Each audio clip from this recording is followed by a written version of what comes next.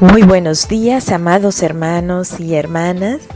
Tenemos el estudio del libro de Números 35 preparado para el día de hoy. Qué alegría es poderse levantar y poder escudriñar las escrituras y poder obtener de ella esa revelación del conocimiento de Dios en nuestras vidas que nos da satisfacción y que nos da plenitud de gozo, ya que su palabra es ese pan de vida que nos mantiene nutrido, que mantiene nuestra fe fortalecida, firme en el Señor. Y nos dice Números 35 acerca de las ciudades que les correspondía a los levitas. Recordemos que en Números 34 se nos estaba dando la distribución de acuerdo a las tribus, la distribución de las tierras, una vez que tomaran posesión de la tierra de Canaán. Los levitas no recibirían una porción de tierra de Israel, sino que les serían dadas ciudades en que podrían vivir. Además de las ciudades, dice Números 35, se les daría tierra o campos de pastores alrededor en esas ciudades. Estos campos serían para sus animales, su ganado y todas sus bestias. Es tan precisa la descripción que el Señor hace de lo que iba a corresponder a cada tribu y también a los levitas. Nos dice exactamente el número de ciudades que debían ser destinadas para ellos, y era 48 ciudades, y de esas 48 ciudades, 6 de ellas debían ser designadas como ciudades de refugio. De estas 6 ciudades, 3 debían estar de un lado del Jordán, del lado este del Jordán, y las otras 3 del lado oeste. Las ciudades de refugio vendrían a ser esos lugares en donde una persona que hubiese matado inconscientemente o por accidente a otro podría huir a esta ciudad. Esto le permitiría a esta persona tener un juicio más tarde con imparcialidad. Mientras él tuviese, la persona que había matado inconscientemente estaría a salvo en esta ciudad. ¿A salvo de qué? A salvo de cualquier acción de la familia o venganza de algún ser amado o represalia, pues cuando alguien cometía un crimen de manera premeditada, los familiares de esta persona podrían vengarse y no les era tomado como culpa. Desde el versículo 16 hasta el versículo 21 se nos dicen los diferentes casos en que esto pudiese ocurrir. El crimen era cometido con un instrumento de hierro o con una piedra en una mano o con un palo en la mano.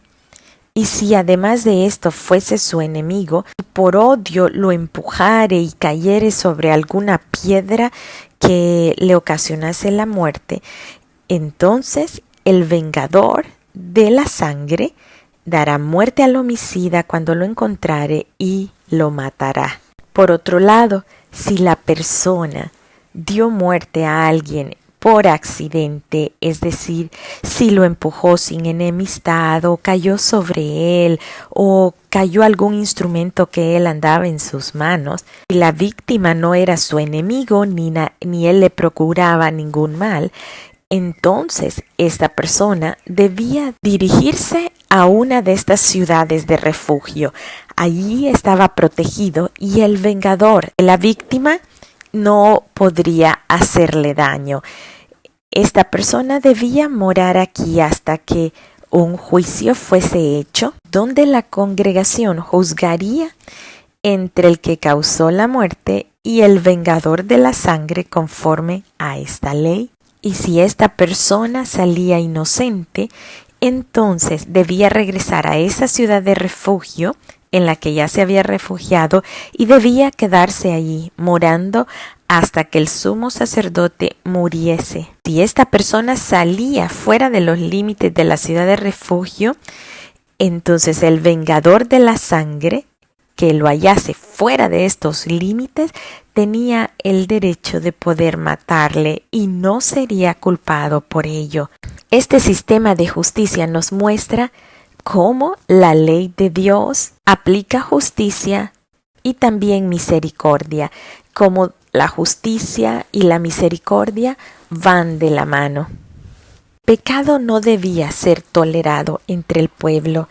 Sin embargo, el Señor nos muestra la necesidad de ser imparcial con el acusado hasta que él tuviese un juicio justo. Y estas ciudades de refugio se convirtieron en un estandarte que representaban ese interés de Dios, de justicia, en una cultura en la que las personas no siempre mostraban misericordia y compasión por los inocentes.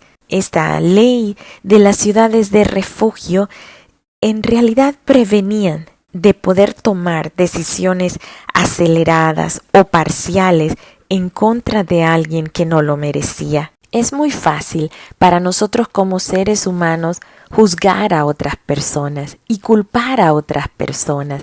Somos bien prontos para hacerlo y más cuando queremos nosotros librarnos de algún ápice de culpa que tengamos sobre algún hecho.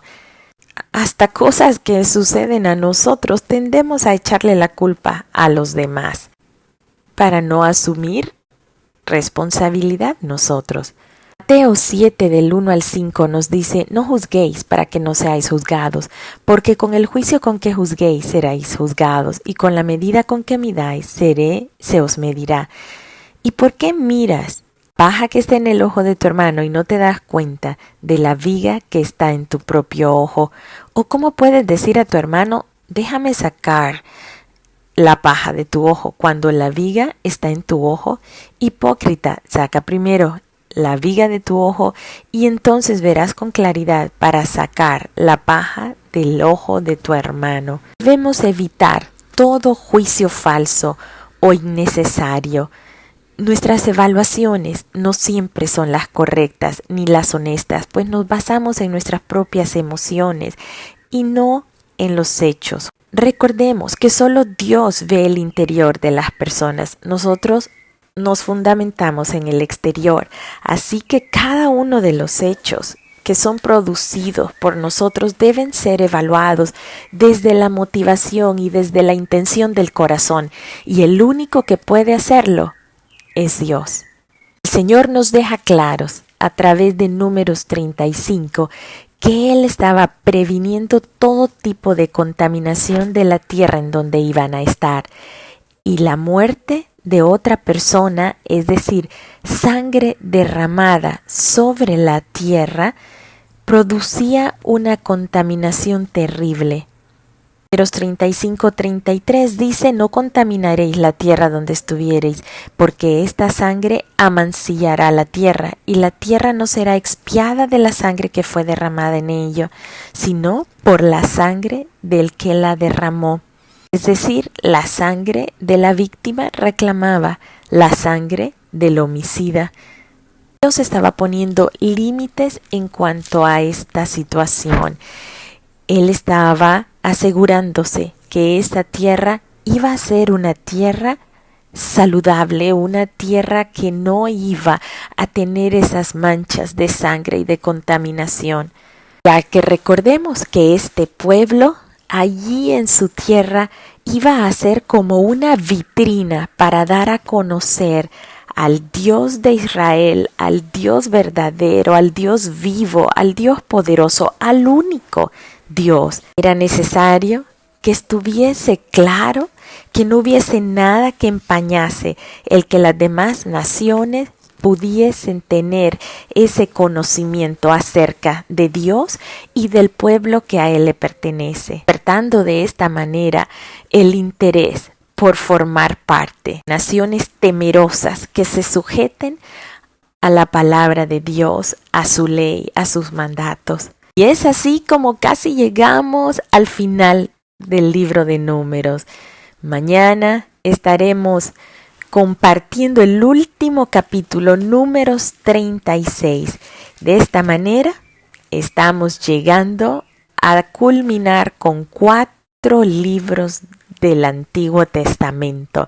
Y esto debe llenarnos de alegría y debe despertar en nosotros esa expectativa por conocer aún más las enseñanzas que nuestro Padre nos da a través de su palabra. Hemos visto cómo cada capítulo, cada versículo representa para nosotros principios espirituales que son vigentes el día de hoy. En cada uno de ellos hemos podido hacer una relación sobre enseñanzas que vienen a abonar a nuestra vida, de manera que sepamos cómo conducirnos para agradarle a Él. Dios les bendiga, les amo mucho en el Señor. Hasta el día de mañana estaremos entonces culminando con el libro de Números.